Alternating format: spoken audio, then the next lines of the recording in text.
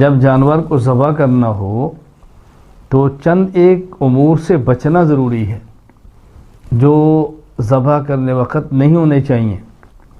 जानवर के ज़बह करते वक्त ये उमूर वो हैं जो मकरूह हैं, इसका बहुत ख्याल फरमाएं। नंबर 1,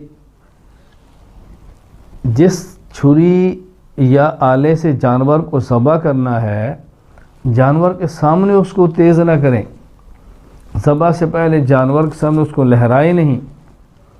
नंबर 2, कुंद छुरी से ज़बह न करें कि जिसमें ज़ोर लगाना पड़े, ज़बह में जानवर को तकलीफ़ हो। नंबर 3, एक जानवर को दूसरे जानवर के सामने ज़बह न करें।